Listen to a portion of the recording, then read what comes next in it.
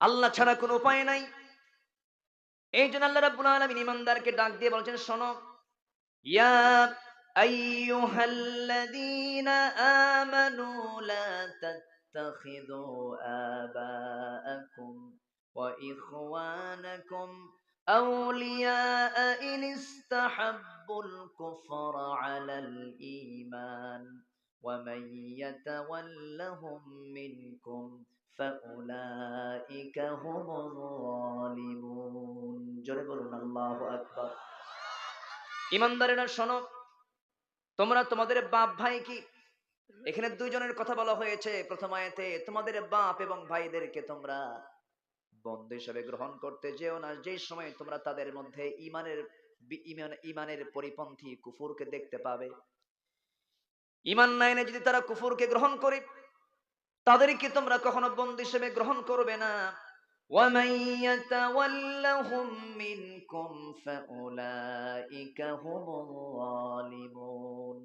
তোমাদের মধ্যে যদি এমন লোক যদি এরকম করে থাকে, তাদেরকে বন্ধু বানায়, আল্লাহ তাআলা বলছেন এই সমস্ত বান্দাগুলোর পরিচয় হলো এরাই হলো জালিম। এরা কি? আসতে বলবেন, এরা কি? জালিম।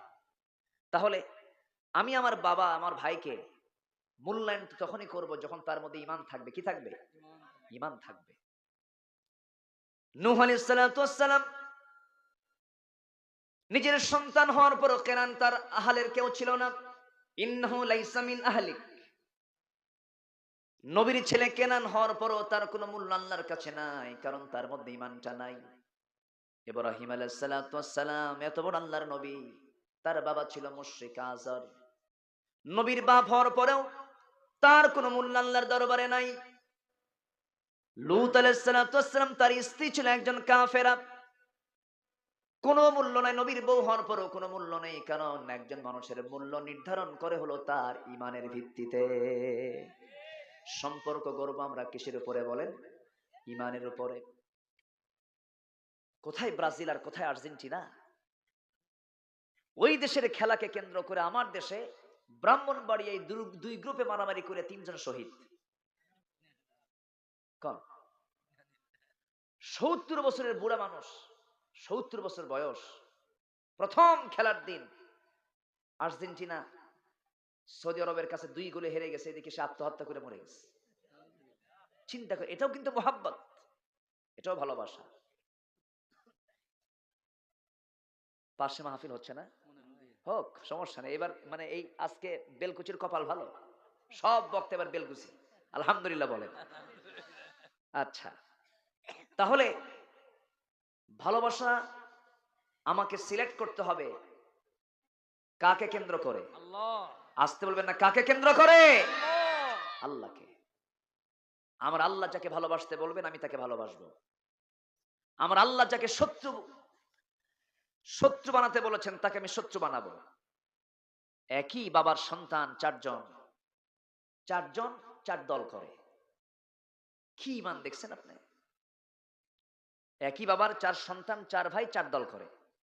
যে দল ক্ষমতায় আসে, বাকি ৩ জন বলে শোনো এই ৫ বছর তুমি দেখবা। যখন আবার আরেকজনের দল যখন ক্ষমতা আসে, তখন আবার ৩ জন বলে এবার আমাদেরকে তুমি ৫ বছর দেখবা। এটা কি ঈমানের কোনো ভিত্তি হলো? আসতে বলবেন, ঈমানের কোনো ভিত্তি হলো? ঈমানদার কথা বলে ২ জবানে না ১ জবানে? বলেন ২ জবান না ১ জবান? ১ জবানে কথা বলে। ঈমানদার কখনো তাদের মুখ থেকে ২ রকম কথা বলবে না, এটা আসতেই পারে না। আমার ভাইয়েরা, বাবাকে সম্মান কেন করব না? মা বাবা তো অনেক বড় সম্পদের নাম, কিন্তু তাদের ঈমান নাই। আমি তাদেরকে মানবিকভাবে দেখব, এখানে কোনো সমস্যা নাই। অবশ্যই আমি তাদের সঙ্গে সুন্দর আচরণ করব, সমস্যা নাই। কিন্তু দ্বীন নিয়ে, কোরআন নিয়ে, ইসলাম নিয়ে যখন তারা নেগেটিভ কোনো কথা বলবেন, ফালা তুতি'হুমা ওয়া সাহিবহুমা ফিদ দুনিয়া মা'রুফা। সেই সময় তোমরা তার আনুগত্য করতে পারবে না। সেই সময় তারা যদি শিরকের দিকে তোমাকে ধাবিত করতে চায়, তখন তোমরা তার আনুগত্য করবে না, সুন্দর ব্যবহার করবে। তবে হ্যাঁ, ওই সমস্ত পিতা ভাইরা তোমার ইসলামের বিরুদ্ধে তোমার সামনে দাঁড়িয়ে গেলে তখন বন্ধু মনে করা যাবে। ওবায়দার কথা কে না জানেন? উবাইদ ইবনুল জাররাহ রাদিয়াল্লাহু তাআলা আনহু, বদর যুদ্ধের দিন আমার নবীজি ৩১৩ জন সাহাবীকে নিয়ে যখন রমজান মাসে ১৭তম রমজানের দিন রোজা ভেঙ্গে ৩১৩ জনকে সঙ্গে করে নিয়ে মদিনার মসজিদ থেকে ৮০ মাইল দূরে বদর নামক প্রান্তরে যখন পৌঁছে গেলেন, বদর প্রান্তরে পৌঁছে সাহাবে কেরামকে নিয়ে যখন যুদ্ধ পরিচালনা শুরু করে দিলেন, যুদ্ধ শুরু হয়ে গেছে।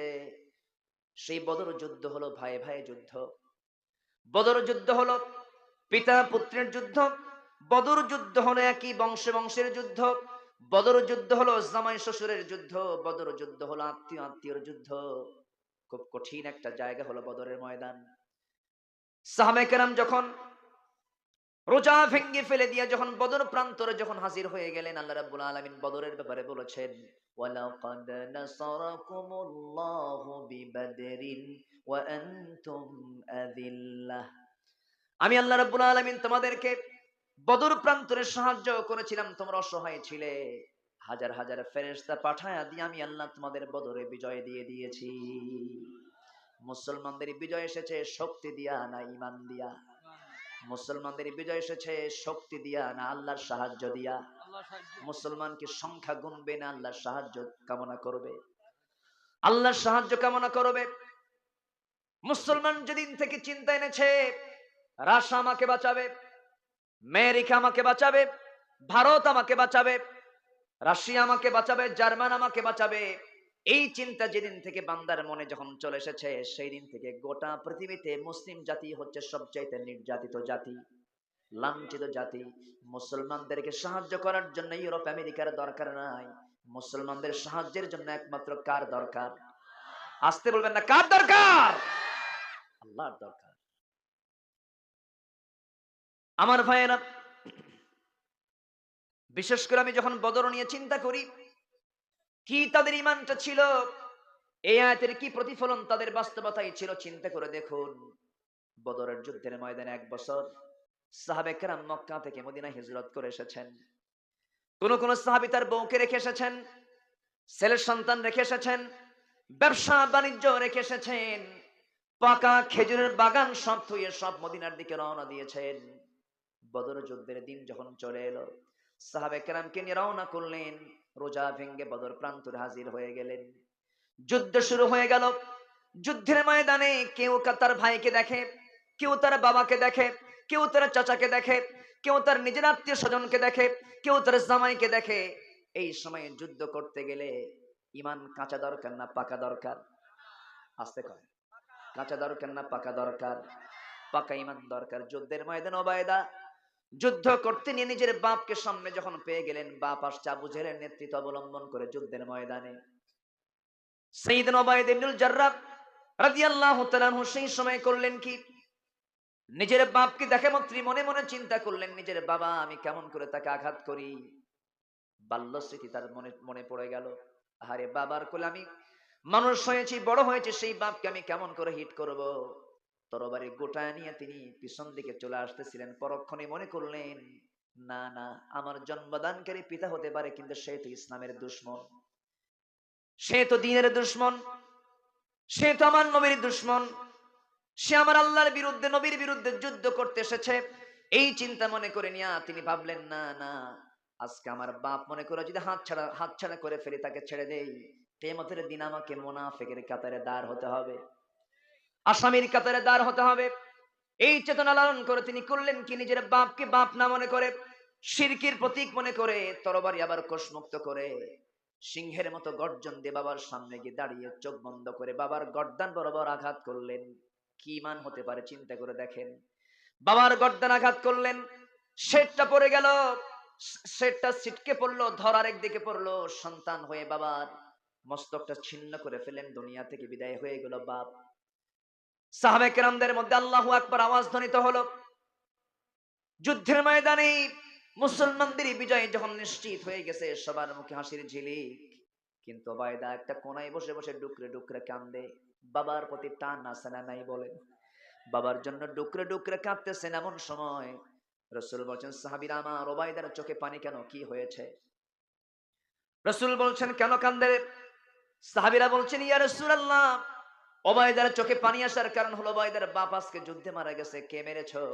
আমার ওই ওবায়দার বাপকে কে মেরেছে বলো? হুজুর, ওবায়দার বাপকে আমরা কেউ আঘাত করি না, ওবায়দা নিজেই তার বাপকে দুনিয়া থেকে বিদায় করে দিয়েছে। আমার নবীজি দুই হাত সামনের দিকে আগায় দিয়া ওবায়দাকে বুকের সঙ্গে আলিঙ্গন করে নিয়ে বলছেন, ওবায়দা, আজকে তুমি আল্লাহর কালামের আয়াতকে বাস্তবতায় তুমি দেখিয়ে দিয়েছো। তুমি সত্যি সত্যি আল্লাহ এবং রাসূলকে সবার চাইতে বেশি ভালোবাসো। আল্লাহ তোমার জন্য 8টা জান্নাতের দরজা তোমার জন্য খুলে খুলে রেখেছে। জোরে বলি সুবহানাল্লাহ। আল্লাহ তাআলা এর জন্য বলছেন, শোনো, লা তাত্তাখিযু আবাআকুম ওয়া ইখওয়ানাকুম আউলিয়া ইন ইসতাহাব্বুল কুফরা আলাল ঈমান। যে বাপ যে ভাই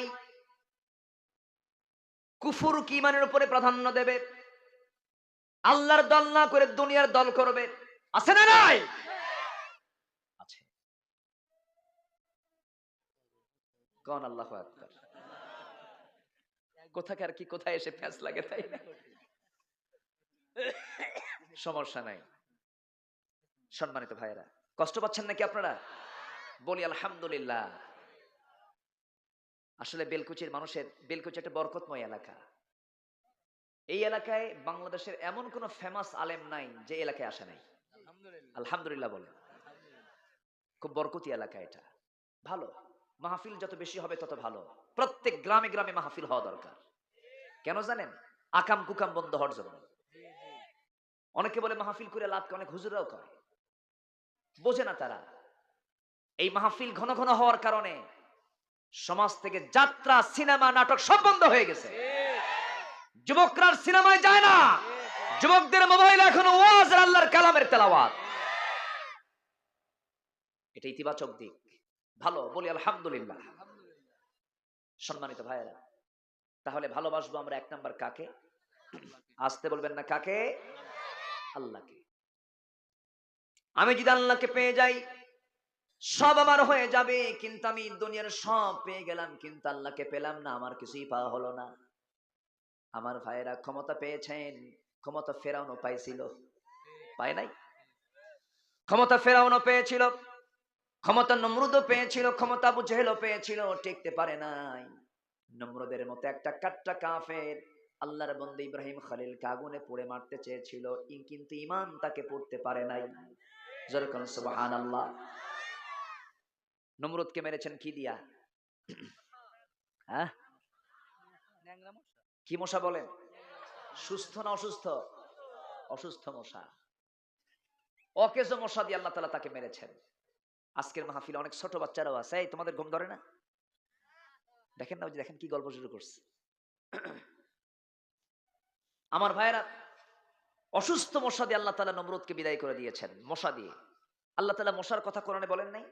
একটু কান লাগাবেন। মশার কথা কোরআনে আছে না নাই? মাকড়সার কথা। কাফেররা কয় মাযা আরাদাল্লাহু বিহাযা মাসালা।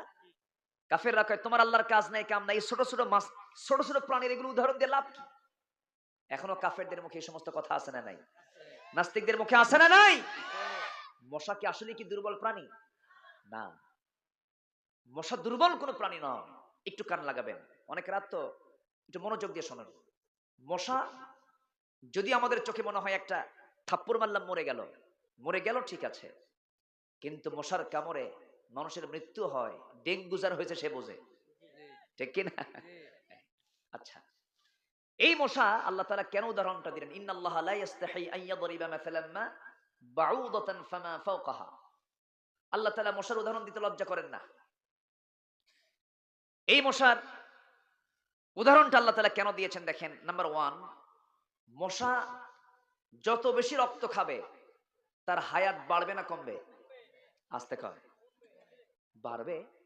এ ভালো করে কন। মশা যত বেশি রক্ত খাবে তার হায়াত কমবে না বাড়বে? কমে যাবে। ঠিক তেমনি যারা অন্যায় করে লুটপাট করে জনগণের টাকা যত বেশি খাবে তার হায়াত তত কমবে, ঠিক কিনা? নাম্বার 2, মশা যে কামড়ায় মানুষকে, পুরুষ মশা কামড়ায় না মহিলা মশা কামড়ায়? স্ত্রী মশা না পুরুষ মশা? তাহলে কামড়ায় কারা? মহিলা। আমি মাদেরকে খাটো করছি না, মাদেরকে আমি খাটো করছি না। আচ্ছা, কথা বেশি বলে পুরুষ না মহিলা? হ্যাঁ, আবার হাসেও দেখি। মেয়েরা কথা কম বলে না বেশি বলে? বেশি বলে। এই যে গলায় এখানে একটা হাড় আছে না, এটা আমাদের যতটুকু নড়ে তার চেয়ে ডাবল নড়ে ওদের। তারা বেশি কথা বলে। বেশি কথা না বললে তো সমস্যা। 4-5টা বাচ্চা সারাক্ষণ থামাতে হয়, ঠিক কিনা বলেন? ওরে থামায়, ওরে থামায়, ওরে থামায়, কথা না বললে তো থামবে না। কথা তাদের বেশি বলতে হয়। এই জন্য আল্লাহ তাআলা তাদেরকে কথা বাড়ায় দিয়েছেন। পুরুষ সারাদিন কথা বলে 2000 শব্দ, মেয়েরা বলে 5000 শব্দ। কয় হাজার বেশি হয়েছে? বেগুন কিনে নিয়ে গেছেন বাজার থেকে, যদি বেগুনে কোনো মতো যদি একটা বেগুনে যদি পোকা পায়, বাস বেগুনের তফসির 3 ঘন্টা, ঠিক কিনা? আল্লাহ তাআলা মেয়েদেরকে এরকম করে বানিয়েছেন। তারা কথা একটু বেশি বলে, প্রয়োজন আছে। কিন্তু মশা যে কামড় মারে, স্ত্রী মশা, পুরুষ মশা কামড়ায় না। কোরআন 1500 বছর আগে জানিয়ে দিল, লা ইস্তাহি আইয়াদরিবা মাসালাম মা বাউদাতান। বাউদাতান আল্লাহ রাব্বুল আলামিন স্ত্রী মশার কথা বলে দিয়েছেন, পুরুষ মশার কথা বলেন নাই। যে সময় কোরআনটা নাজিল হয়েছে সেই সময় মানুষ বুঝতোই না স্ত্রী মশা কোনটা, পুরুষ মশা কোনটা। কিন্তু আজকের বিজ্ঞান প্রমাণ করেছে স্ত্রী মশা কামড়ায়। আজ থেকে 1500 বছর আগে কোরআনটা জানিয়ে দিয়েছে। বিজ্ঞান কি প্রমাণ করেছে না কোরআন থেকে নিয়েছে? কিসের থেকে নিয়েছে? কোরআন থেকে নিয়েছে। নাম্বার 3 হলো, মশা যদি কানের কাছে এসে গান গায়, ঘুম হয় নাকি? ঘুম তো হয় না। গত রাতে আমার ড্রাইভার সকালবেলা বললাম ঘুম কেমন হয়েছে, বলতেছে হুজুর মশা গান গাইছে। মশা গান গাইছে, ঘুম পাড়তে দেয় নাই। এই মশাটা যদি মশারি টাঙ্গানোর পরও যদি ওই মশারির ভিতরে যদি 2-3টা মশা যদি ঢুকে যায়, কানের কাছে এসে ভন ভন করে আওয়াজ করে, গুনগুন করে, সায়েন্স বলতেছে প্রত্যেকটা মশা যখন সে পাখা নড়ায়, প্রতি সেকেন্ডে সে পাখা নড়ায় হলো 500 থেকে 600 বার। 500 থেকে 600 বার প্রতি সেকেন্ডে। একটা সেকেন্ডে মশা তার পাখা নড়াচ্ছে 500 থেকে 600 বার। মশা কি সাধারণ কোনো প্রাণী? আল্লাহ তাআলা যে উদাহরণগুলো দিচ্ছেন এমনি দিচ্ছেন না তো। নাম্বার 4 হলো, আল্লাহ তাআলা মশার দৃষ্টান্ত কেন দিয়েছেন? নমরুদের মতো এত দাপুটে নেতা, এত বিশাল বড় পরাক্রমশালী নেতা দুনিয়ার ভিতরে, কাফেরদের ভিতরে সবচাইতে খ্যাতি সম্পন্ন, কুখ্যাতি, কি খ্যাতি? কুখ্যাতি সম্পন্ন একজন লিডার। সেই ফেরাউন, সেই নমরুদকে মারার জন্য আমার আল্লাহর বড় কোনো বাহিনী লাগে নাই। আল্লাহ তাআলা এমন বাহিনী পাঠালেন যে বাহিনীটা খুব আমাদের চোখে দুর্বল। পাহাড়ের একটা গুহার মুখ খুলে দিলেন, এক ঝাঁক মশা বের হয়ে আসলো। এর মধ্যে সবচেয়ে দুর্বল মশা যেটা, সেই মশা ফেরাউন নমরুদকে মারার জন্য বরাদ্দ হয়ে গেল। নাকের মধ্যে দিয়ে ঢুকলো, মাথার মধ্যে, ব্রেনের মধ্যে ঢুকে গেল। বলল আমি আরাম পাচ্ছি না, জুতা নিয়ে আয়। কি নিয়ে আয়? জুতার বাড়ি খেয়ে শেষ পর্যন্ত বললো এখনো জুতার বাড়ি খাওয়ার মতো লোক আছে না নাই? আসতে বলবেন না, আছে না নাই? আল্লাহ তাআলা মাকড়সার উদাহরণ দিয়েছেন। 114 সূরার মধ্যে একটা সূরার নামই আছে মাকড়সা। সূরাতুল আনকাবুত নামে একটা সূরা আছে। আল্লাহকে বাদ দিয়ে যারা অন্য কাউকে বন্ধু বানাবে, আল্লাহকে বাদ দিয়ে যারা অন্য কাউকে যারা আপনজন মনে করবে, তাদের দৃষ্টান্ত হলো মাকড়সার মতো। কামাসালিল আনকাবুত লাউ কানু ইয়ালামুন। তাদের দৃষ্টান্ত হলো মাকড়সার মতো। কারণ যত বাসা, যত প্রাণী মানুষ বানায়, মানুষ সহ যত প্রাণী বানায়, সবচেয়ে দুর্বল বাসা হলো কার বাসা? কার বাসা বলেন? ওইদিকে বাবুই পাখির বাসাটা কেমন? দুর্বল? দুর্বল না মজবুত? আমার আপনার বাড়ির চেয়ে মজবুত। বাবুই পাখি বাসা বানায়, এত মজবুত বাসা, সিডর, আইলা, নার্গিস, হারিকেন, ফনি, সিথান, আর কি বুলবুল। এই যে এত ঝড় ঝাপটা, সুনামি, এত কিছু হয়ে গেল, আমার আপনার বাড়ি শুদ্ধ সব ঝড় ঝাপটে সব উড়ে গেল।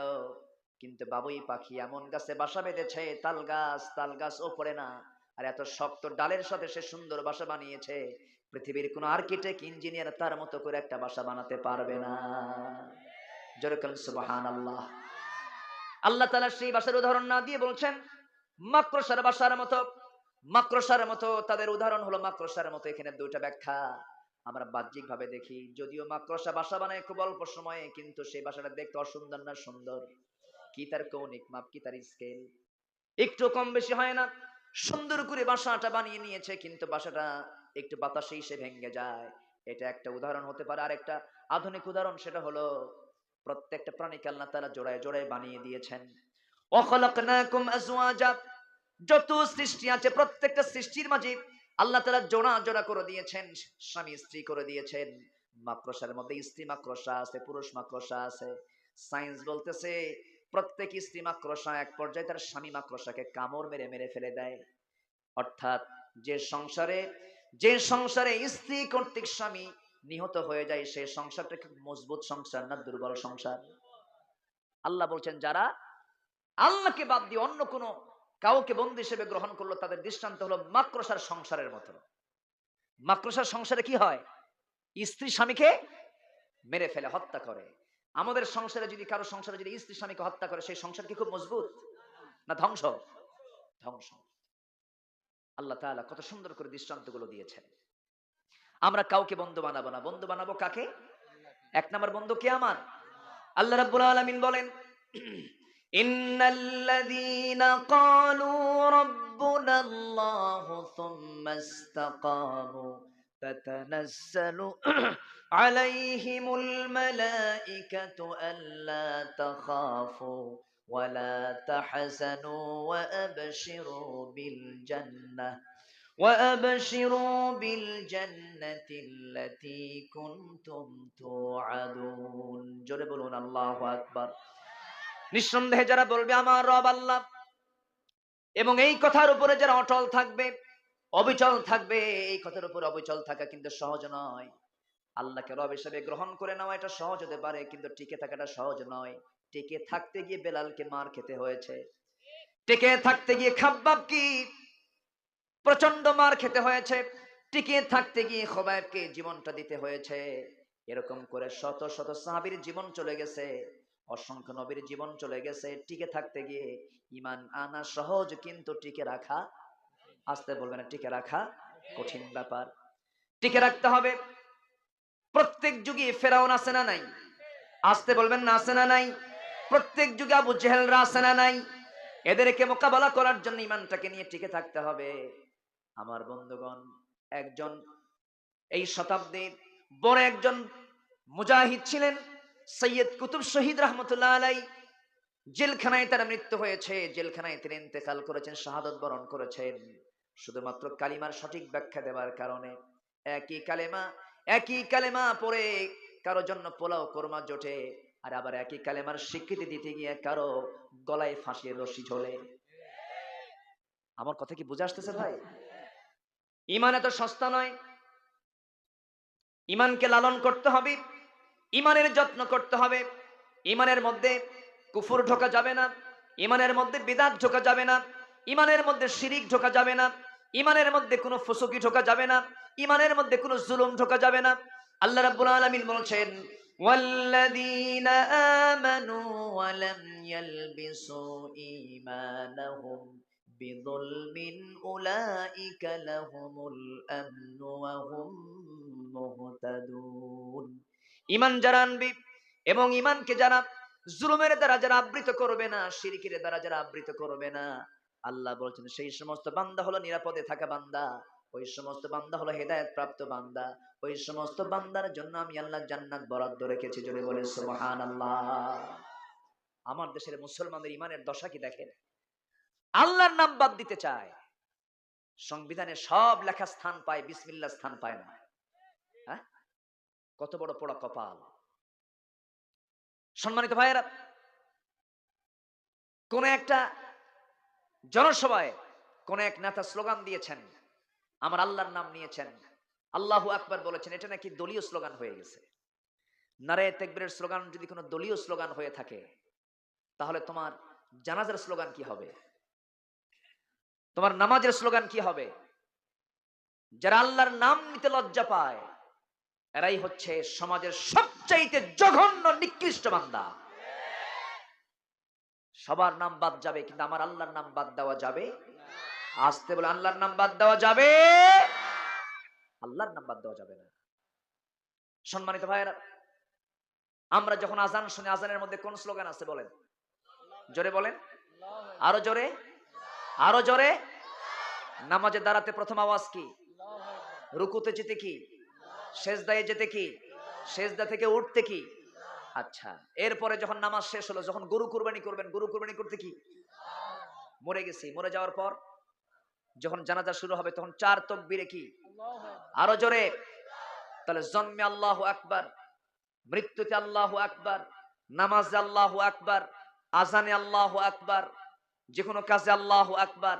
সে আল্লাহু আকবার নামাজে চলবে, সমাজে চলবে না, জনসভায় চলবে না।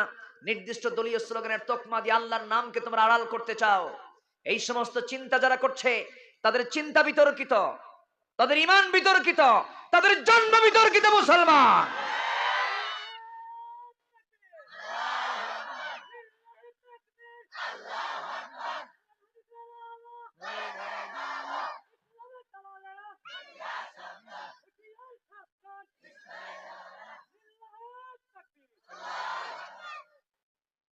সম্মানিত ভাইয়েরা, সম্মানিত বন্ধুগণ, সব ছাড়বো, আল্লাহকে ছাড়া যাবে? আল্লাহকে ছাড়া যাবে? আমার আল্লাহ রাসূলের বিরুদ্ধে যেই কথা বলবে, বাপ হোক ভাই হোক, কোনো ছাড় দেওয়া যাবে না। মুসলমান, আজকের আয়াত এটাই প্রমাণ করে, আজকের আয়াত এটাই শিক্ষা দিয়ে দেয়, ঈমানের কাছে কখনোই অন্য কোনো কিছুকে প্রাধান্য দেওয়া যাবে না।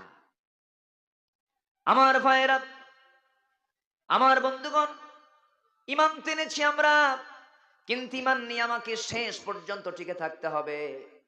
পরীক্ষা চলে আসবে, অত্যাচার চলে আসবে, নিপীড়ন চলে আসবে, জুলুম চলে আসবে, যেথায় যে অবস্থায় থাকি না কেন ঈমানকে লালন করতে হবে। একজন মহিলার কথা মনে হয়ে গেছে, এই মুহূর্তে একজন মহিলা, আল্লাহ তাআলা যে মহিলার কথা কোরআনে উল্লেখ করেছেন, ইমরাতা ফিরাউন, আসিয়া আলাইহিস সালাতু ওয়াস সালাম। এই দুনিয়াতে তার কি সম্মানের অভাব ছিল? ফেরাউনের মতো একজন ব্যক্তির সেই স্ত্রী মিসেস ফেরাউন, তিনি ফার্স্ট লেডি, তিনি সামাজিক মর্যাদা, রাজনৈতিক মর্যাদা, রাষ্ট্রীয় মর্যাদা, সম্মান, যশ, খ্যাতি সব তিনি দুনিয়াতে পেয়েছিলেন। কিন্তু তার সামনে যখন তাওহীদের দাওয়াত চলে এসেছে, সঙ্গে সঙ্গে তিনি পড়ে নিয়েছেন লা ইলাহা ইল্লাল্লাহু মুসা কালিমুল্লাহ। কালিমা গ্রহণ করার সঙ্গে সঙ্গেই ফেরাউন বলেছিল, ও আমার আসিয়া, আমি তোমার কোনো সম্মানে ঘাটতি করলাম না, মর্যাদায় ঘাটতি করলাম না, তুমি আমার সঙ্গে এমন একটা বড় আঘাত তুমি আমাকে দিয়ে ফেললে, তুমি মুসার ধর্ম গ্রহণ করলে। সঙ্গে সঙ্গে আসিয়া বলছেন, স্বামী গো, আমি তো মুসার ধর্ম গ্রহণ করি নাই, যিনি আমাকে বানিয়েছেন, যিনি আপনাকে বানিয়েছেন, আমি তার দ্বীন ইসলামকে গ্রহণ করে নিয়েছি। এই কথা বলার সঙ্গে সঙ্গে ফেরাউন বলছে, শোনো, এই জনপদে আমার আইন ছাড়া কোন আইন চলবে না, আমার বিধান ছাড়া কোনো বিধান চলবে না। এই কথা বলার সঙ্গে সঙ্গে আসিয়া বলছেন, আমার স্বামী গো, আপনি আমাকে যতবার বুঝাবেন, আমি আপনাকে সম্মান রেখে একটা কথা বলতে চাই, আপনি আমার ব্যাপারে কি সিদ্ধান্ত নেবেন জানি না, দুনিয়ার সব ছাড়বো, কিন্তু আমি আমার আল্লাহকে ছাড়তে পারবো না। কারণ ইমানদাররা সবচাইতে বেশি মহাব্বত করে কাকে? ওয়াল্লাযীনা আমানু আশাদ্দু হুব্বান লিল্লাহ। ইমানদার যারা, তারা সবচাইতে বেশি আল্লাহকে ভয় করে। আসিয়া আলাইহিস সালাতু ওয়াস সালাম শেষ পর্যন্ত পারিবারিক বাধার সম্মুখীন হলেন, রাষ্ট্রীয় বাধার সম্মুখীন হলেন, সামাজিক বাধার সম্মুখীন হয়ে গেলেন।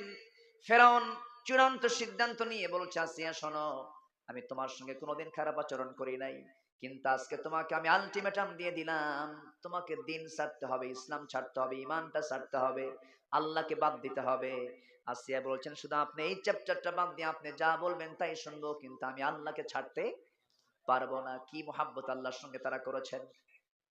আসিয়া আলাইহিস সালাতু ওয়াস সালামকে শেষ পর্যন্ত মন্ত্রিসভার বৈঠকে চূড়ান্ত সিদ্ধান্ত নিয়ে জানান দেওয়া হলো, আসিয়াকে দুনিয়া থেকে বিদায় করে দেওয়া হবে। সর্বশেষ যখন বলা হলো, আসিয়া, তোমাকে আমরা দুনিয়া থেকে বিদায় করে দেব, আসিয়া বলছেন, আমার স্বামী, আমি আপনাকে একটা চূড়ান্ত কথা বলছি, আপনি শুনে নেন, আমার প্রতি অত্যাচার যত বাড়বে, আমার ঈমান তত মজবুত হয়ে যাবে। আহা, আমার মা, আমার আলোচনা যারা শুনছেন একটু কান লাগিয়ে শোনেন, একটু মনোযোগ দিয়ে শোনার চেষ্টা করেন। এই সমস্ত নারীর দৃষ্টান্ত আল্লাহ তাআলা এমনি কোরআনে উল্লেখ করেন নাই, এবং তারা দোয়াটা পর্যন্ত কোরআনে উল্লেখ করে দিয়েছেন। আসিয়া আলাইহিস সালাতু ওয়াস সালামের সামনে যখন জল্লাদ হাজির হয়ে গেল, আসিয়াকে বলা হচ্ছে শেষবারের মতো, আসিয়া তোমার সম্মান, তোমার পরিবেশ সব ঠিকঠাক ছিল, তুমি কি করবে বলো। আসিয়া বলছেন, তোমরা আমাকে কি করবে জানি না, আমার নাকের মধ্যে আমি জান্নাতের ঘ্রাণ পেতেছি। জল্লাদ চলে এলো সামনে, দুই হাত দুই পা বেঁধে ফেললো, করাত আনা হলো। তাফসীর, অধিকাংশ তাফসীর এসেছে করাত যখন তার সামনে না হলো, করাত যখন তার মাথায় যখন ঠেকিয়ে দেওয়া হলো, সেই সময় আসিয়া আলাইহিস সালাতু ওয়াস সালাম দুহাত আকাশের দিকে উঁচু করলেন। আকাশের দিকে উঁচু করে আল্লাহকে লক্ষ্য করে তিনি আল্লাহকে কত কাছে টেনেছেন, কত আপন করে নিয়েছেন, কত আপন জন করে নিয়েছেন, তাহলেই তো এই দোয়াটা আসতে পারে। তিনি একটা দোয়া করতেন, সেই দোয়াটা হলো, যারা পারেন ঠোঁট মিলিয়ে বলুন, রব্বি বিনিলি ইনদাকা বাইতান ফিল জান্নাতি ওয়া নাজ্জিনি মিন ফিরআউনা ওয়া আমালিহি। আয় আল্লাহ তাআলা, তুমি আমার জন্য ইবনিলি ইনদাকা বাইতান ফিল জান্নাহ, তুমি আমার জন্য তোমার কাছে, তোমার সঙ্গে, তোমার ঘরের সাথে একটা ছোট্ট ঘর তুমি আমাকে বানাইয়া দাও। যেরকম সুবহানাল্লাহ। কাকে বলতেছেন? আমার আল্লাহ আছেন না নাই? দূরে না কাছে? ভালো করে কোন, দূরে না কাছে? কিন্তু আছেন কোথায় তিনি? কোথায় আছেন? আল্লাহ দূরে, আল্লাহ দূরে নন, তিনি কাছেই আছেন। ওয়া নাহানু আকরাবু ইলাইহি মিন হাবলিল ওয়ারিদ। আল্লাহ বান্দার স্কন্দ শিরার চেয়ে নিকটে থেকে যান, তবে আল্লাহ তাআলার একটা নির্দিষ্ট আসন আছে, সেটা হলো আর রহমানু আলাল আরশিস তাওয়া। আমার আল্লাহ তাআলা আরশে আজিমের সমাসীন আছেন। আরশে আজিম কয় মাইল দূরে? বলেন কয় মাইল দূরে? জানেন নাই? একটু আইডিয়া দেই, দেখি তো কত দূর আমরা আরশে আজিমটা একটু জানার চেষ্টা করি। এই আরশে আজিমটা কোথায়? আমার আল্লাহ তাআলা কত বড় একটু চিন্তা করেন তো। আমরা বসে আছি ধুকুরিয়া বেড়ার এই ময়দানে, মাথা একটু উঁচু করলে আমরা দেখতে পাবো আকাশে কিছু তারকারাজি, কিছু একটা চাঁদ দেখতে পাবো, চাঁদের সময় চাঁদ দেখতে পাবো, চাঁদের উপরে মিটিমিটি করে জোনাকির মতো কিছু তারকা দেখতে পাই। এরপর আকাশটা আমরা দেখতে পাই, দিনের বেলা সূর্য দেখতে পাই, আকাশ দেখতে পাই। কিন্তু এই পর্যন্ত আমাদের দেখা শেষ, আর তো দেখতে পাই না। যে সূর্য আমরা দিনের বেলা দেখতে পাই 50,10,00,000 বর্গ মাইলের, এরকম দুনিয়া 13 লক্ষ যোগ করলে একটা সূর্যের সমান হবে। জোরে বলেন সুবহানাল্লাহ। ওই সূর্য আলো দিয়ে যাচ্ছে, ওই সূর্যের চেয়েও আবার রাতের বেলা জোনাকির মতো মিটিমিটি করে জ্বলা যে তারকাগুলো আছে, সেই তারকাগুলো সূর্যের চাইতে 1 গুণ 2 গুণ বড় নয়। ব্যাটেল জুইস নামে একটা তারকা আছে, সূর্যের চাইতে 33 কোটি গুণ বড়। একটু আস্তে কোন সুবহানাল্লাহ। তারকা মনে হয় ছোট হয়ে গেছে। কত কোটি গুণ? ছোটবেলায় যখন ওয়াজ শুনতাম, হুজুররা বলতেন সর্বনিম্ন যে জান্নাত দেওয়া হবে তার জন্য হবে 10টা পৃথিবীর মতো একটা জান্নাত। মনে মনে চিন্তা করতাম, আব্বাকে ডাক দিয়ে বলতাম, আব্বা শোনো, হুজুর কি কয়, 10টা পৃথিবীর মতো একটা জান্নাত, এত জায়গা আল্লাহ পাবে কই? কিন্তু বড় হয়ে দেখি আল্লাহর জায়গার কোনো অভাব নাই। জোরে বলেন সুবহানাল্লাহ। কি বিশাল মহাশূন্য, কি বিশাল মহাশূন্য! একটা তারকা যদি সূর্যের চাইতে 33 কোটি গুণ বড় হয়, আবার সূর্যটাই 50,10,00,000 বর্গ মাইলের চেয়েও 13 লক্ষ গুণ বড় হলো সূর্য। ওই ব্যাটেল জুইসটা 33 কোটি গুণ বড়। এরকম করে battle juice, Proxima Centauri, supernova, আড্রা, এই তারকাগুলো আছে মহাশূন্যে ঝুলানো, নির্দিষ্ট কক্ষপথে পরিভ্রমণ করছে। চাঁদের দেশে মানুষ সফর করেছে, মঙ্গল গ্রহে ফ্ল্যাট কিনছে। মানুষ কিনছে না ফ্ল্যাট? পজিশন কিনেছে। যদি কোনো বান্দা চিন্তা করে চাঁদের দেশে গেলাম, মঙ্গল গ্রহে ঘুরে আসলাম, একটু নক্ষত্রের দেশে যাব, তারকার দেশে যাব, পৃথিবী থেকে সবচেয়ে কাছের যে তারকার দেশ সেটা হলো প্রক্সিমা সেন্টারাই। সেই প্রক্সিমা সেন্টারায় যদি কেউ যেতে চায়, এই দুনিয়ার এখন বর্তমান দুনিয়ার সবচেয়ে দ্রুতগামী যানবাহন হলো অ্যাপোলো 11। অ্যাপোলো 11 এর প্রতি ঘন্টার গতি হলো 39,000 কিলোমিটার। কত হাজার কিলোমিটার? 39,000 kilometre per hour. প্রতি ঘন্টায় 39,000 কিলোমিটার বেগে যদি ওই অ্যাপোলো 11 চড়ে যদি প্রক্সিমা সেন্টারাই নামক পৃথিবীর সবচেয়ে নিকটবর্তী তারকার দেশে যেতে চায়, তার সময় লেগে যাবে 1,15,000 বছর মাত্র। যাবেন কারা কারা? হাত তোলেন। কি মাথা কি খেলতেছে? ব্রেন খেলে? ব্রেন তো শেষ। ثم ارجع البصر كرتين ينقلب اليك البصر خاسئا وهو حسير। তোমার চক্ষু ক্লান্ত হয়ে ফিরে আসবি। বাঁচবো আমি 100 বছর, 80 বছর, 70 বছর। শুধু কাছের তারকার দেশে যেতে সময় লাগতেছে অ্যাপোলো 11 চড়ে 1,15,000 বছর। তাহলে আমার আল্লাহ তাআলার আরশ আজিমটা আরো কত দূরে? এ তো গেল মহাশূন্যের কথা। এক একটা গ্যালাক্সির মধ্যে একটা দুইটা তারকা নয়, 50 বিলিয়ন তারকা আল্লাহ তাআলা এক একটা গ্যালাক্সির মধ্যে রেখেছেন। 1 বিলিয়ন সমান হলো 100 কোটি। 1 বিলিয়ন মানে কি? 100 কোটি। 50 বিলিয়ন তারকা এক একটা গ্যালাক্সির মধ্যে, অসংখ্য গ্যালাক্সি আল্লাহ তাআলা মহাশূন্যে ঝুলায় রেখেছেন। সেই মহাশূন্যের উপরে বিশাল বড় আকাশ। এই আকাশের উপরে আছে হলো মহাশূন্য, এরপরে আছে আরেকটা আকাশ, এরপরে মহাশূন্য, আরেকটা আকাশ, এরপরে মহাশূন্য, এরপরে আরেকটা আকাশ, 7টা আকাশ। এরপরে হচ্ছে আমার আল্লাহ তাআলার আরশ আজিম। সে আরশ আজিমে তিনি সমাসীন আছেন। আল্লাহ বলছেন, বান্দারে এই আরশ আজিমে আমি সমাসীন আছি, আমি তোকে জান্নাত দিলে পরে আমার প্রতিবেশী বানায় নেব, যেমন করে আসিয়াকে বানায় দিয়েছি। আসিয়া বলছেন, আল্লাহ রব্বি বিনিলি ইনদাকা বাইতান ফিল জান্নাহ, আয় আল্লাহ তাআলা তুমি আমার জন্য একটা ঘর দিবা, বেশি ঘর না, কিন্তু সেই ঘরটা আমি হওয়া চাই আল্লাহ তোমার ঘরের সঙ্গে, তোমার ঘরের দেওয়ালের সাথে। যেরকম সুবহানাল্লাহ। আল্লাহকে কত কাছে টেনেছেন আসিয়া, এরকম করে তিনি দোয়া করেছেন। এই জন্য আমরা সবচেয়ে কাছে টানবো কাকে? আসতে বলবেন না কাকে?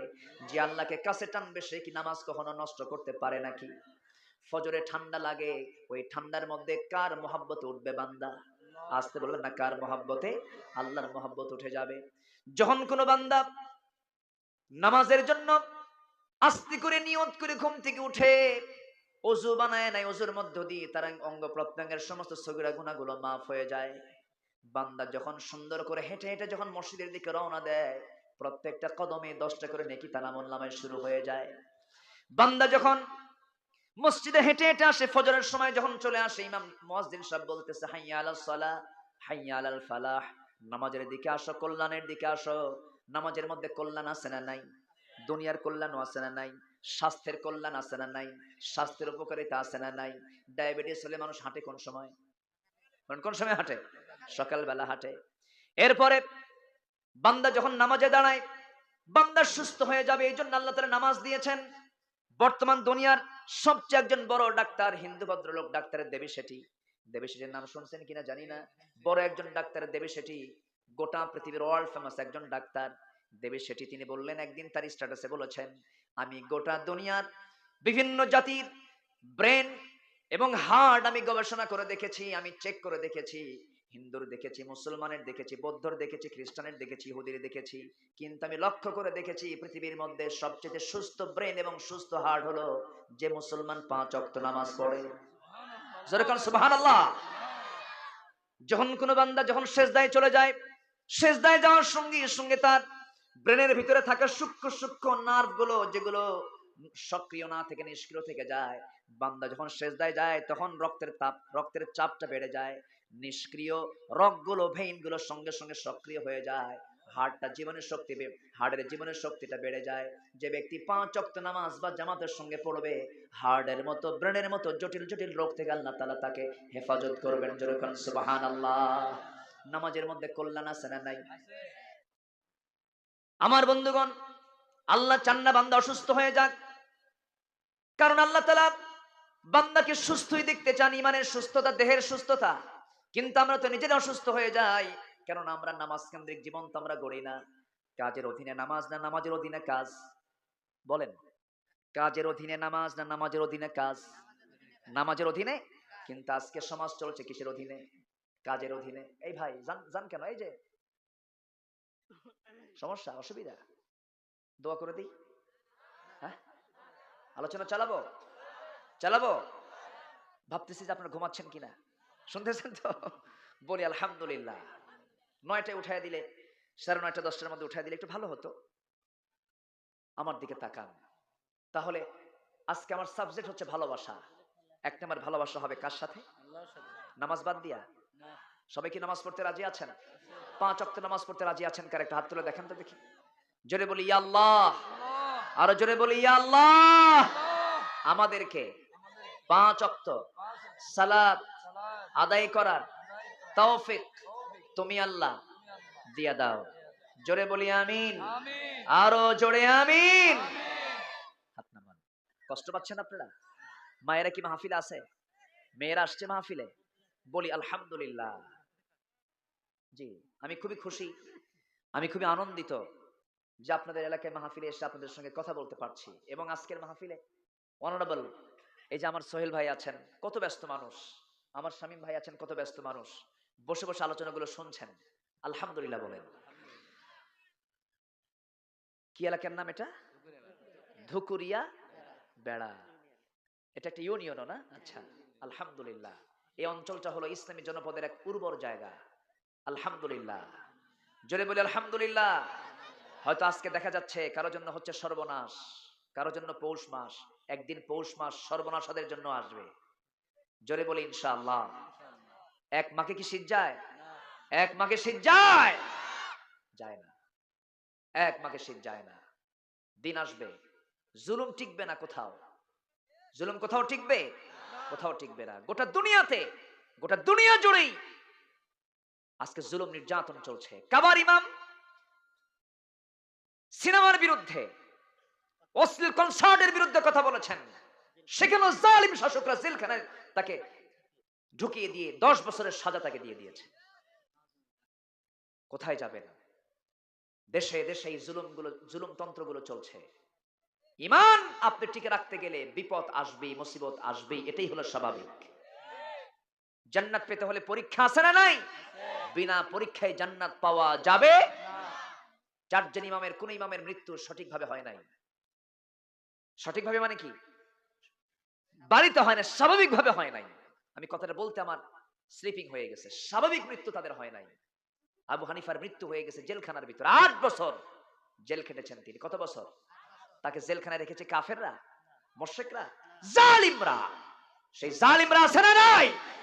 আচ্ছা, প্রস্তাব দেওয়া হলো, আবু হানিফা তোমাকে চিফ জাস্টিস বানাবো, প্রধান বিচারপতি বানাবো। তিনি বললেন, তুমি তো জালিম, তুমি জালিমের অধীনে আমি কি বিচার করব? তোমার অধীনে আমার বিচারপতি হওয়ার দরকার নাই। প্রস্তাবটাকে প্রত্যাখ্যান করলেন। ফলাফল হলো তাকে জেলখানায় ঢুকালো।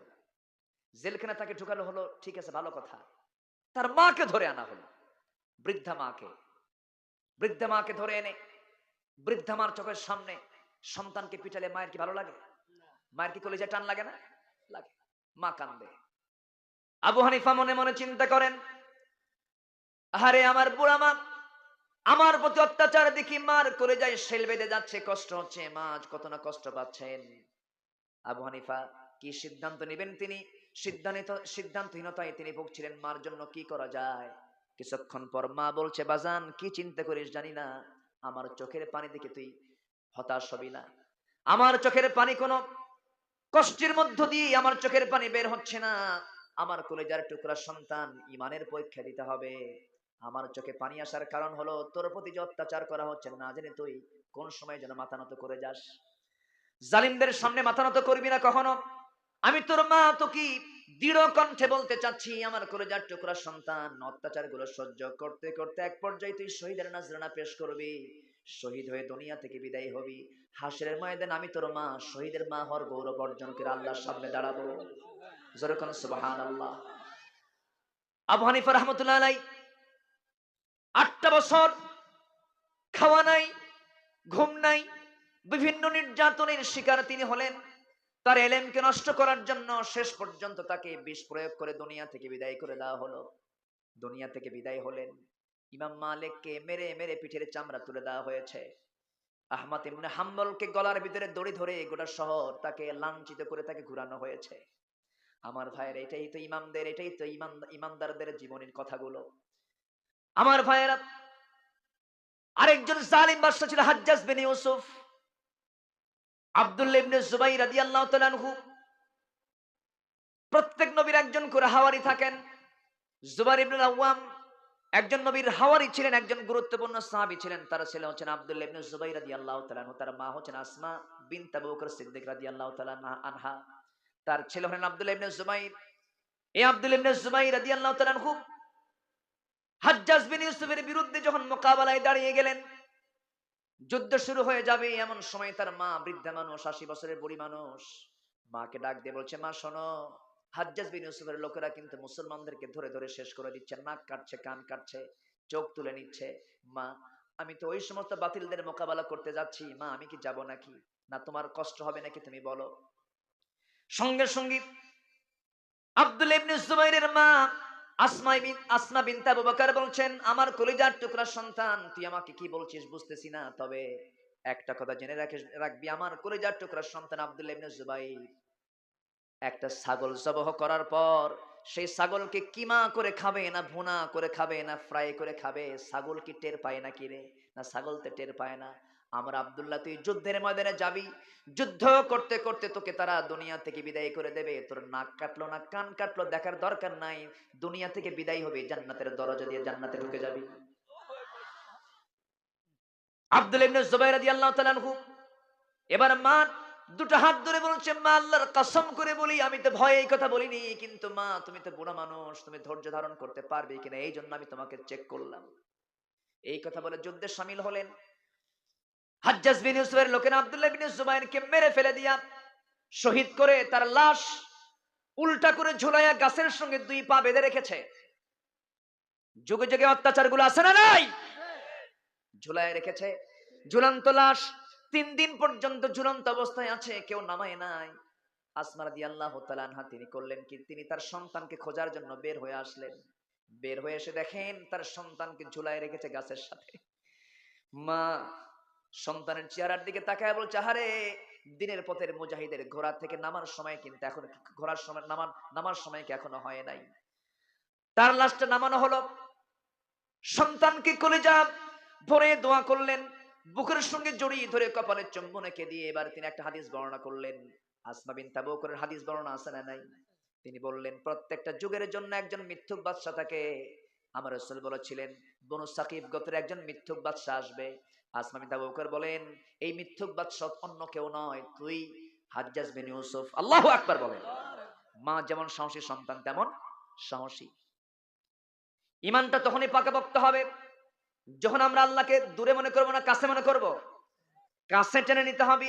আমরা আল্লাহকে 1 নাম্বার মহব্বত করব, নাম্বার 2 হচ্ছে অন্য কেউ নন। আল্লাহ তাআলা দ্বিতীয় আয়াতে সুন্দর করে বলছেন, আমি কি আলোচনা চালিয়ে যাব? কোনো আপত্তি নাই তো? বলি ইনশাআল্লাহ।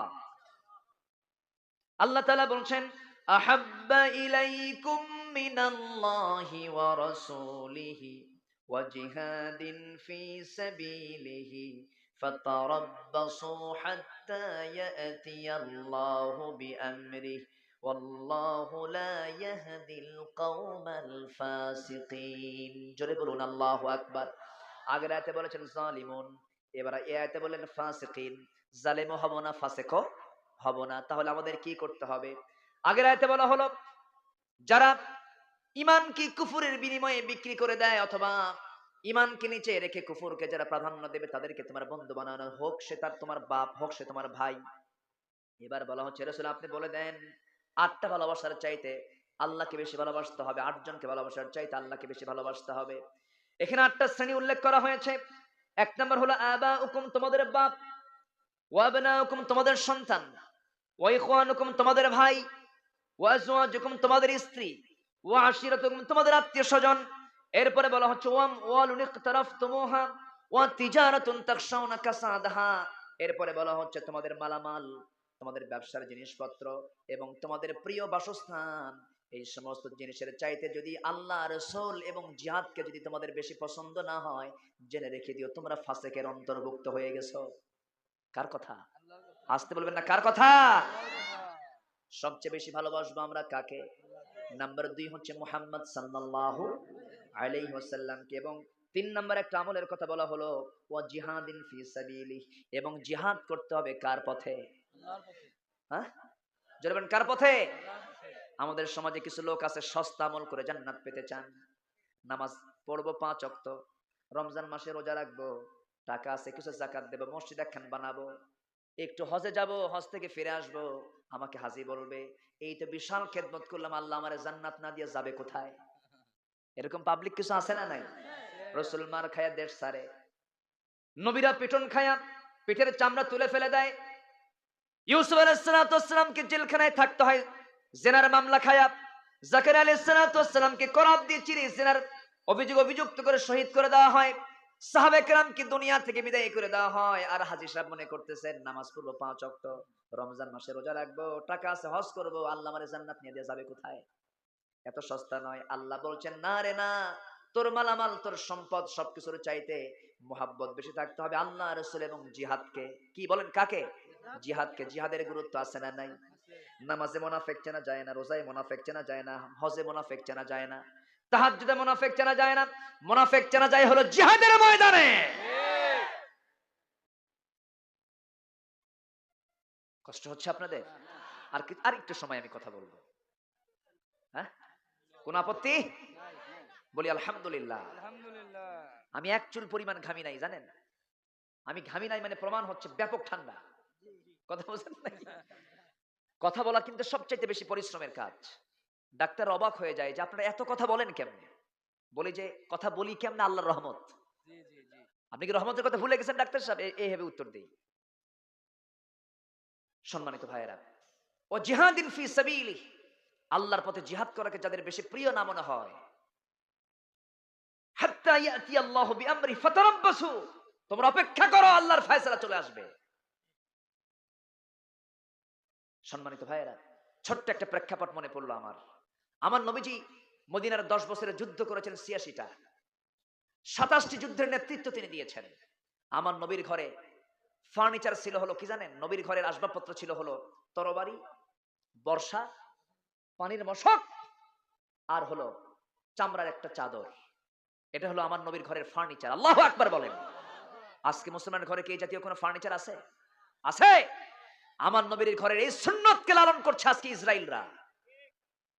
ইসরায়েল নবীর ঘরের সুন্নত নিয়েছে, আর আমরা বিলাসিতায় মত্ত হয়ে পড়েছি। সম্মানিত ভাইয়েরা, সেদিন একটা জরিপে দেখলাম, সোহেল ভাই, একটা জরিপে দেখলাম সেদিন, একটা রিসার্চ এসেছে 228টি দেশের মধ্যে ইসলামকে সবচেয়ে বেশি ইসলাম প্র্যাকটিস করে হলো প্রথম 48টা দেশ হলো অন্য নন মুসলিম, 49তম দেশ হলো মালয়েশিয়া, 54 নম্বর হলো সৌদি আরব, 136 নম্বর হলো বাংলাদেশ। আমার কথা কি বুঝে আসতেছে? আমরা মাহফিলে যখন আসছি গাড়িতে করে বাম দিকে এসেছি না ডান দিকে এসেছি? কোন পথে আসছেন আপনারা বলেন? রাস্তায় যখন আসছেন ডান দিকে আসছেন না বাম দিকে আসছেন? ইসলাম বলে ডানে চলো না বামে চলো? বলেন, রাস্তায় চলে ডানে না বামে? আমরা আসছি কোথায়? বামে আসছি। ইউরোপ আমেরিকার লোকেরা কোন দিকে চলে? ডানে। আমার কথা কি বুঝে আসতেছে? এইরকম করে ইসলামের কিছু কিছু বিষয়গুলোকে তারা তাদের জীবনে তারা প্র্যাকটিস করছে। তারা মুসলমান না, কিন্তু ইসলামের সুন্দর দিকগুলো তারা প্র্যাকটিস করছে। আর আমার দেশের মুসলমান কিন্তু ইসলাম নাই। কি নাই? একটু বেকায়দা হলেই মাজারে চলে যায়, যা বলে আব্বা বাবা একটু বাঁচাও তো, খুব মুসিবতে আছে। আছে না নাই? ইসলাম আছে? আজ থেকে ইসলাম আছে? ইসলাম নাই। এজন্য মুসলমান হয়েছি, ইসলামকে লালন করব। জোরে বলি ইনশাআল্লাহ। ব্রাহ্মণের ছেলে ব্রাহ্মণ হতে পারে, পাদ্রীর ছেলে পাদ্রী হতে পারে, খ্রিস্টানের ছেলে খ্রিস্টান হতে পারে, ইমামের ছেলে ইমাম হতে পারে না যদি যোগ্যতা না থাকে। মুসলমানের ছেলে মুসলমান হতে পারে না যদি তার মধ্যে ইসলাম না থাকে। ইসলাম আনতে হবে 16 আনা। জোরে বলি ইনশাআল্লাহ। তাবুক অভিযানে ও ছোট্ট একটা গজল বলবো আবার? এর মধ্যে আবার কেমন গজল বলবো? আচ্ছা ঠিক আছে, দেখি। আচ্ছা দেখা যাক। তাহলে দোয়া করে দিয়ে আসেন। হ্যাঁ, কেউ তো চাইও না। বাড়ি যাবেন না আপনারা? এখানে থাকবেন? এই কমিটি কই? ল্যাপটপের ব্যবস্থা করেন, আমি চলে যাই। সবাই থাকবে তো? খুব ভালো। বলি আলহামদুলিল্লাহ। তাবুক অভিযানে আমার নবীজি 10 বছরে 27টি যুদ্ধের নেতৃত্ব দিয়েছেন, 86টি যুদ্ধ পরিচালনা করেছেন। গড়ে 8টা থেকে 9টা যুদ্ধ তাকে বছরে করতে হয়েছে। রাসূলের দিন চলেছে হলো ঘোড়ার পিঠে, রাত গেছে হলো জায়নামাজে। আল্লাহু আকবার বলেন। ইসলাম দাঁত ভাঙ্গা ইসলাম, ইসলাম হিজরতের ইসলাম, ইসলাম ত্যাগের ইসলাম। শুধু জন্মসূত্র ইসলাম নিয়ে আপনি জান্নাত পাবেন না। তাবুক অভিযানে রাসূল গেলেন, তাবুক অভিযান থেকে রাসূল ফিরে আসলেন ৩০,০০০ সৈন্য নিয়ে। সমরনায়ক মুহাম্মদ সাল্লাল্লাহু আলাইহি ওয়াসাল্লাম রোমানদের বিরুদ্ধে মোকাবেলায় দাঁড়িয়ে গেলেন। রোমানদের বিরুদ্ধে, রোমক শক্তির বিরুদ্ধে মোকাবেলায় তিনি দাঁড়িয়ে গেলেন। যুদ্ধ হলো না, বিনা যুদ্ধে রাসূল চলে আসলেন মদিনায়। মদিনার মসজিদে বসা অবস্থায় এক সাহাবী, অনেক লম্বা হাদিস, এক সাহাবী এসে হাঁটু গেড়ে দিয়ে রাসূলের সামনে বসে সালাম দিয়ে বলছেন, হুজুর আমি কাব বিন মালিক, আমি আপনার কাছে মাফ চাইতে আসছি। কেন, কি করছো তুমি? হুজুর আমি না তাবুকে যাই নাই, যুদ্ধে যাই নাই আমি। তুমি কেন যাও নাই? হুজুর আমি যেতে পারতাম, কিন্তু গড়িমসি করেছি, অবহেলা করেছি, মনে করলাম যাবো যাবো, কিন্তু যাওয়া হলো না। হুজুর আমার ভুল হয়ে গেছে, আপনি আমারে মাফ করে দেন। রাসূল একটু মুস্কি হাসি মেরে বলেন, এই কাব, আর কে কে যাও নাই বলো। মানে এমন কথা কইছে, এখন রাসূল আরো ঘেটে ঘেটে বের করতেছে, কে কে যাও নাই? হুজুর হেলাল বিন উমাইয়া যায় নাই। আর কে যায় নাই? মুরারা বিন রাবিয়া যায় নাই। আর কে? হুজুর আমার জানা নাই। তাই? আচ্ছা ঠিক আছে কাব, তুমি এখন যেতে পারো। আমার নবীর চেহারা ফ্যাকাশে হয়ে গেল। হাস্যজ্জ্বল চেহারা কি হয়েছে? ফ্যাকাশে হয়ে গেছে। নবীর চেহারায় কোনো হাসি নাই। আস্তে করে তাকে বলেন, তুমি চলে যাও। মসজিদ থেকে বের হওয়ার সঙ্গে সঙ্গে রাসূল প্রজ্ঞাপন জারি করলেন, মদিনার সকল মুসলমানকে আমি জানান দিচ্ছি, কোন মুসলমান কাব বিন মালিক, হেলাল বিন উমাইয়া, মুরারা বিন রাবিআ, এই তিনজনের সঙ্গে কোন প্রকার কথা বার্তা, সালাম কালাম, লেন দেন কোনো কিছু করতে পারবা না।